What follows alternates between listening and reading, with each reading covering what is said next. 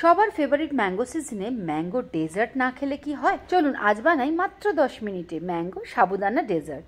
Welcome to Payel's exploring food world. আমার চ্যানেলের নতুন বন্ধুরা চ্যানেলটিকে সাবস্ক্রাইব করে বেল আইকনটিকে প্রেস করে নিতে ভুলবেন না। আর যারা ইনস্টাগ্রাম ও ফেসবুক থেকে দেখছেন তারা অবশ্যই পেজটিকে ফলো করে নেবেন।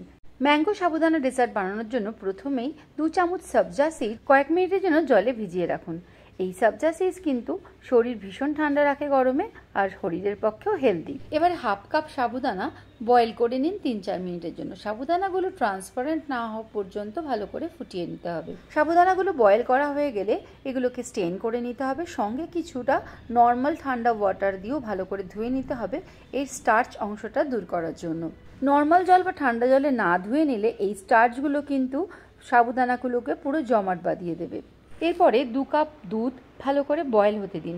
বয়েল হওয়ার সঙ্গে সঙ্গে 2 চামচ কাস্টার্ড পাউডার দুধে ঘুলে ভালো করে মিশিয়ে নিন। এখানে 1 কাপ দুধে 1 টিস্পুন কাস্টার্ড পাউডার, এই রেশিওতেই কিন্তু নিতে হবে। অতিরিক্ত কাস্টার্ড পাউডার নিলে কাস্টার্ড ঘন হয়ে গেলে এই ডেজার্টটার ক্ষেত্রে কিন্তু চলবে না। কাস্টার্ড দুধে গোলা হয়ে গেলে 1 চামচ সুইটনার মিশিয়ে দিন। আমি এখানে স্টিভিয়া পাউডার ইউজ করেছি, আপনারা চাইলে যে কোনো ধরনের সুইটনার ইউজ করতে পারেন। এই সব কিছু খুব ভালো করে মিশিয়ে ফুটে উঠলে নামিয়ে ঠান্ডা করতে দিন। অন্যদিকে যেহেতু এটি ম্যাঙ্গো ডেজার্ট তাই আমাদের প্রয়োজন আম। এখানে আমি 2টো আম ইউজ করেছি।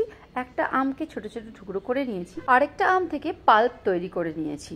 আমার বাড়িতে ছিল কিছু জেলি, সেই জেলিগুলোকে ছোট ছোট টুকরো করে নিয়েছি। আপনারা চাইলে বাড়িতেও জেলাটিন কিংবা আগার আগার পাউডার দিয়ে জেলি তৈরি করে নিতে পারেন। এবার একটা বড় পাত্র নিয়ে তাতে আগে থেকে সেদ্ধ করে রাখা সাবুদানা, তার সঙ্গে ভিজিয়ে রাখা সবজা সিডস, টুকরো করে রাখা জেলি সঙ্গে মিশিয়ে নিন আমের টুকরোগুলো। ডেজার্টটির ক্রিমি টেক্সচারের জন্য 2 চামচ কনডেন্স মিল্ক মিশিয়ে নিন। সঙ্গে 2 চামচ করে চপড কাজু, আলমন্ড, পেস্তা, কিশমিশ, আপনার বাড়ি থাকা যে কোনো ধরনের ড্রাই ফ্রুটস আপনারা ইউজ করতে পারেন।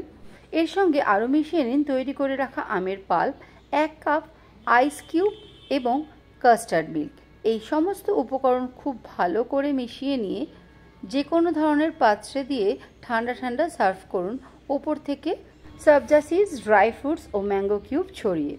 গরমের দিনগুলোতে কিছু খেতে না ইচ্ছা করলে ঠান্ডা ঠান্ডা এই ধরনের ডেজার্ট বানিয়ে খেতে পারেন। এই ডেজার্টটা যেমন হেলদি তেমন টেস্টি, শরীরও থাকবে ঠান্ডা এবং সতেজ। গ্লাস কিংবা বাউল যে কোনো পাত্রেই নিয়ে আপনারা স্পুন দিয়ে কিংবা সিপ করেও এই ডেজার্ট খেতে পারেন। এটা বানিয়ে ফ্রিজে রেখে দিলে যে কোনো ধরনের বাড়িতে গেস্ট আসলেও কিন্তু তাদের ঠান্ডা ঠান্ডা সার্ভ করতে পারেন। অথবা যে কোনো পার্টির ডেজার্ট হিসেবে এটা কিন্তু সুপার হিট। বাচ্চা থেকে বড় সবার কাছেই কিন্তু এই ডেজার্ট খুবই লোভনীয়। একবার অবশ্যই বাড়িতে ট্রাই করে দেখুন এই ডেজার্টটি। আর এই ম্যাঙ্গো সিজনে এই ম্যাঙ্গো সাবুদানা ডেজার্টটা একবার খেলে বারবার খেতে ইচ্ছা করবে।